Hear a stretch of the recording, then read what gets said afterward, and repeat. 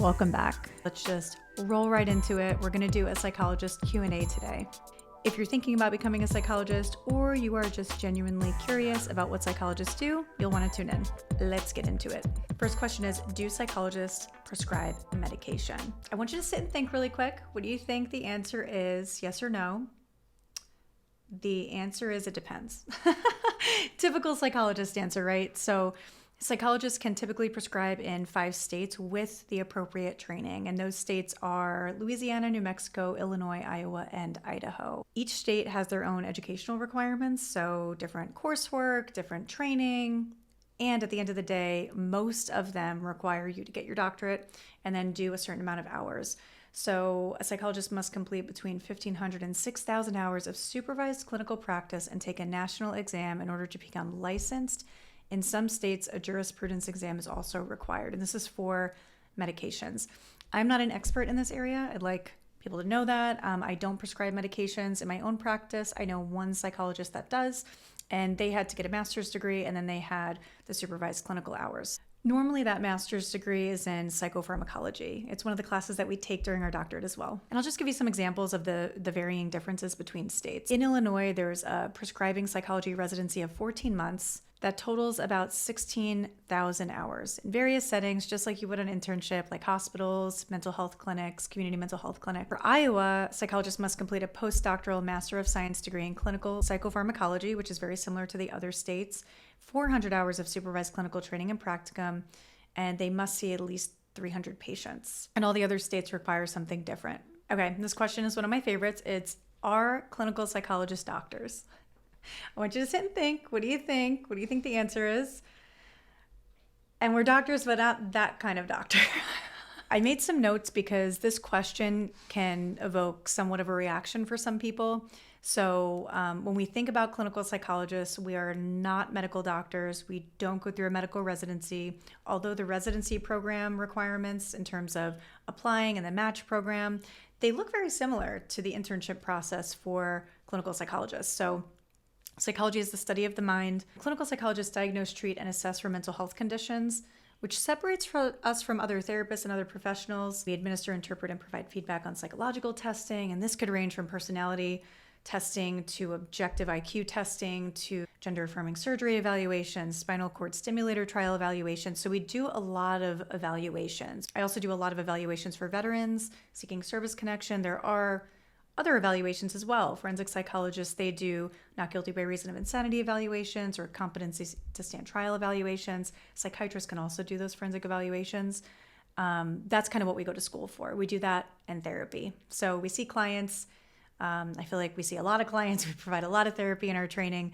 And it really just depends on what we want to do with the rest of our career that kind of separates us from potentially other therapists and definitely medical doctors.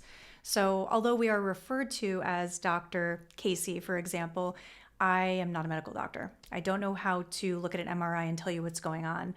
I could look at blood work and get a sense because I've worked in medical psychology before, so I have a little bit of specialized training there, but I don't have training compared to a medical doctor. So if we were both looking at blood work, I would give it to the physician because they know way more than me about that arena.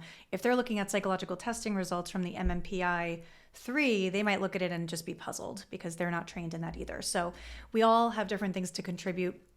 So psychologists technically are clinical practitioners. I refer to myself as Dr. Casey, and when I'm in the hospital setting and inpatient setting, a lot of us are referred to as doctor. But the doctor title is different than a medical doctor. So I always like to honor my physician friends who go through all of that training, the DO and MD training. It is just different. One's not better than the other. I'm pretty sure it's the same length of time. I think psychologists have the same amount of training if I'm thinking. I just don't know for sure because I haven't gone through medical training. So I will get back to you on that one. But we are doctors, but not that kind of doctor. Before we get into the rest of the questions, let's talk about Jane app. It's this video's sponsor. Jane is an all-in-one practice management software. It can help you manage your practice, and it has a whole suite of features that makes it easy to meet with individuals, couples, and families. Jane is even easy to use if you are not really that tech savvy. I really appreciate how reliable the software is. Sometimes I need to finish my session notes later at night, and sometimes I don't want to walk all the way up to my office to do it. I could log into Jane right from my laptop downstairs. Just as long as I have Wi-Fi, Jane is there. Even better, whenever I have a question, a concern, or even a suggestion for better use of the software, I could reach out to Jane at any time and talk to a real life person. And as you know, reliability and security are key to running a business, especially in 2023 with everything going on. Like I said before, you can access Jane pretty much anywhere. It has a cloud-based software that's HIPAA compliant, and the data is stored safely and securely. You can learn more about Jane here. And remember to use my code DrKC2 for a 2-month grace period on your new Jane account. Let's get back to it. Question number 3. How many clinical psychologists are there in the United States? I would also like to know because I could not find an accurate statistic here. But as of 2016, which is a while ago now because it's 2023, there were 106,000 licensed psychologists in the United States. I do wonder where that number comes from. I'm going to put some resources. I also think there are clinical psychologists who have gone through their training, right? And they're licensed. So they're licensed clinical psychologists. Some psychologists have retired. Some psychologists are out of practice. So they're not technically licensed at that point. So I do wonder about how many of those people are kind of lying around. And I would assume that this number, 106,000, has increased since 2016. The average PhD and Psy.D program takes about between 5 and 7 years to complete. Then you have to add on your postdoc, then you have to add on other stuff if you want to get boarded. Another consideration is that the geographical distribution of psychologists varies a lot.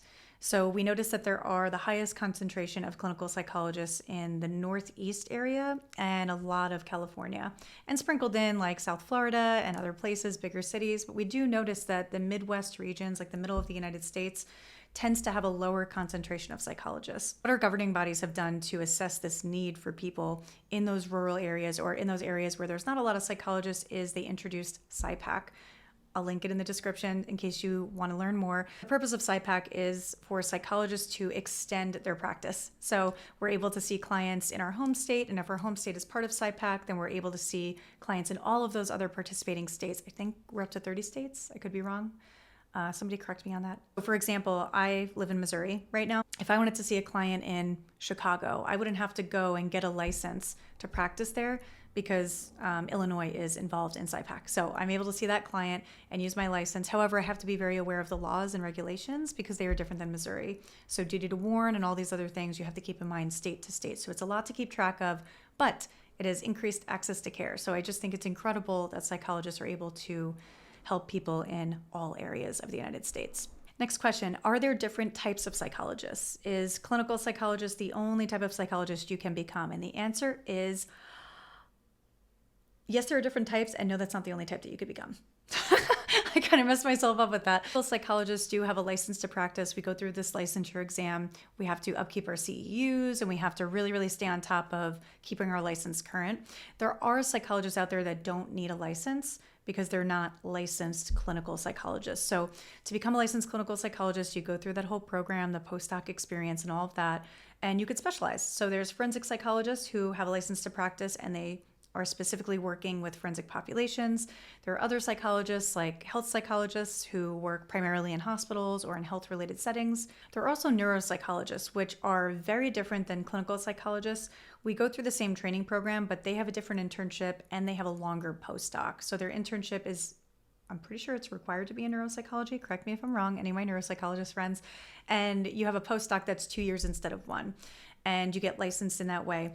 I know a couple of clinical psychologists who have became traditional clinical psychologists. They do what I do, and then they've respecialized later in life. So they've taken a 2-year training program to become a neuropsychologist. And neuropsychologists do way different things than we do, but they also have a license. Psychologists who are not required to have a license are industrial organizational psychologists. They work primarily with companies. I do not know a lot about them because I don't specialize in that area. So if you're an industrial organizational psychologist or you're going to school for that, please comment and let me know what you do because I am very interested. Last question.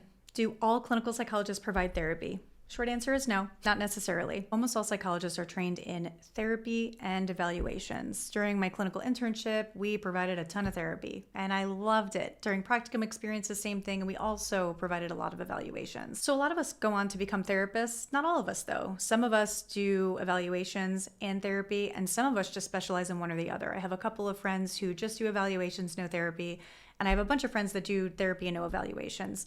I do a combination of both. I like to diversify my day. kind of helps me reduce burnout. There's one more question. I lied. What is the training like for clinical psychologists?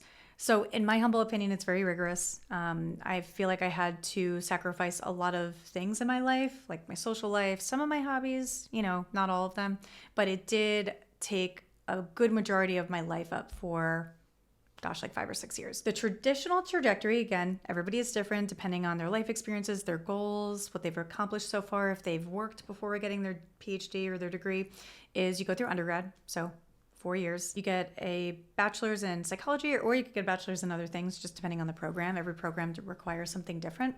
And then after that, some people get their master's, some people don't. I did because I didn't know I wanted to become a psychologist at the time, but you don't necessarily need it. Then you go to a PhD or a Psy.D program. So PhD program is typically a little longer than Psy.D programs. And embedded within that program is all of the training that you will need to know to become a fully functioning, independently licensed psychologist. So you'll have a practicum times 3. I'm pretty sure I did 3 practicums, 2 or 3 practicums. And then practicum. Then you go to your internship, your clinical internship, and this is where the pressure starts to build because you have your dissertation, you have comps, and you have internships seemingly all around the same time. And then you're thinking graduation, and then you're thinking in the future too for licensure and then postdoc. It's just a lot all at once on top of the match program. So you're matching to different places to get into a psychology internship, but your practicum hours contribute to your ability to get an internship. So everything hinges on everything, and it's just a lot of pressure. So a lot of people become a little stressed. It's a lot of eggs in one basket, and everybody wants to match. So you go to your internship, you complete that year, woohoo, you graduate, finish all your comps. And then after that, some people are like, what do I do? So there are certain states that don't require a postdoc. Arizona is one of them.